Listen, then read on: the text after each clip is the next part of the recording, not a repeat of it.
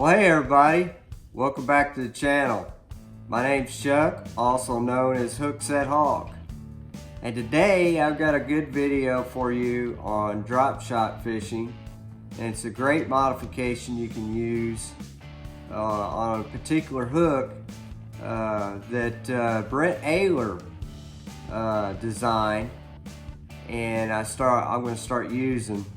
But I made a modification to the hook and I'm going to share that with you today.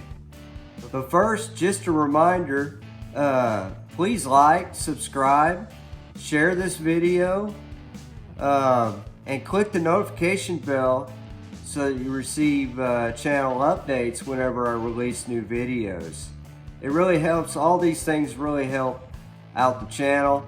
It helps the dissemination with the YouTube algorithm, and I really appreciate it if you guys would do that. Okay, I guess the first place to start is how I've been rigging the drop shot finesse worm the last few weeks. And what I've been doing is I've been nose hooking the finesse worm.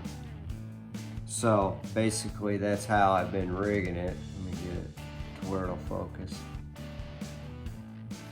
So it's important to understand that that's how I have been rigging it. The problem with this way is that in a lake like Percy Priest, there's so much structure, there's so much wood and timber, rock, vertical grass. There's so many things for that open hook to get hung up on. You know, it's an exposed hook. So basically, when you're nose hooking, you're using one of these hooks. Here's a size 1 Gamakatsu. Then you got a size 2. That's a mosquito hook. That's a size 2. And then here's the one I was using, the 1/0 and Gamakatsu. So what I decided to do is do a little research, and I learned about Gamakatsu's stinger hook that Brent Ayler designed. And it's this hook right here. So here, let me get a better picture of it there. But this hook allows you to Texas rig your bait, which is nice because, you know, when you got all that rock, timber, you know, brush piles, vertical grass, whatever, you got to pull that drop shot through. With it being weedless now, you can pull it through much more stuff.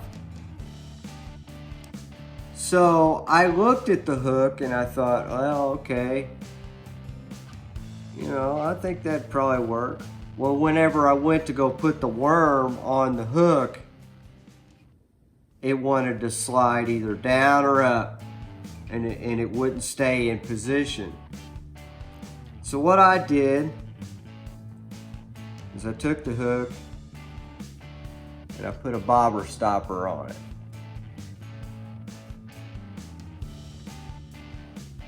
That allows me to Texas rig it now,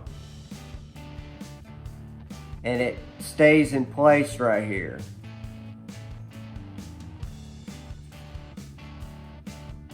So, but the important thing with this setup is you have to skim hook that.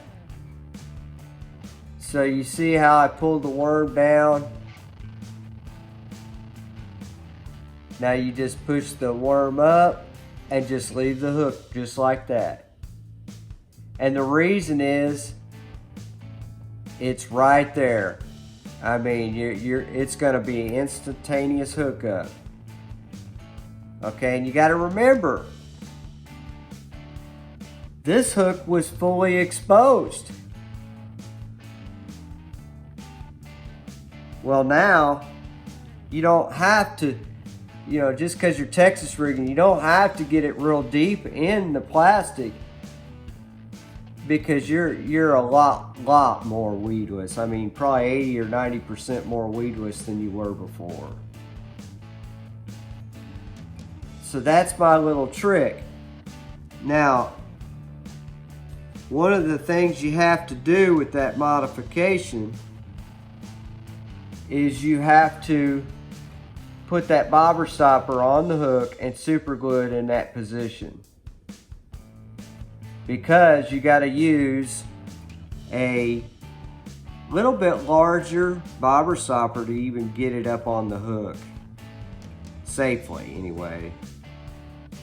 And so you just mark the position on the hook where you want it, and you just super glue it in place, and that worm will then slide right on there. Now this is optional, but you can also super glue the worm to the hook.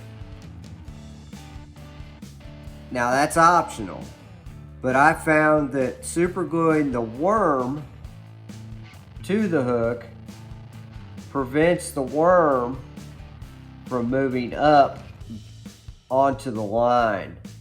So you can see it's in place and it's not going anywhere.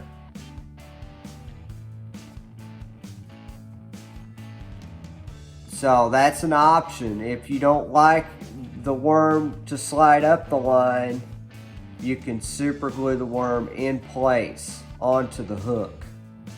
That's an option. And of course the bobber stop will always prevent the worm from moving down the hook. Well, there you have it. That's my little modification that I'm going to start using and see how well it works. I think it's going to work very well. I've heard a lot of good reviews on the Stinger hook, and they were really good reviews. So we'll see how it works, and hopefully I catch some good fish on it. So, but anyway, click the like button, subscribe, and leave a comment. Is there another way that you like, that you use and have been successful using? Let me know. Drop a comment down below. And also, I'll provide the links in the description for this hook, and I'll try to find the bobber stoppers that I used, and that way you can do this modification and it'll help you catch more fish. So anyway, we'll talk to you next time.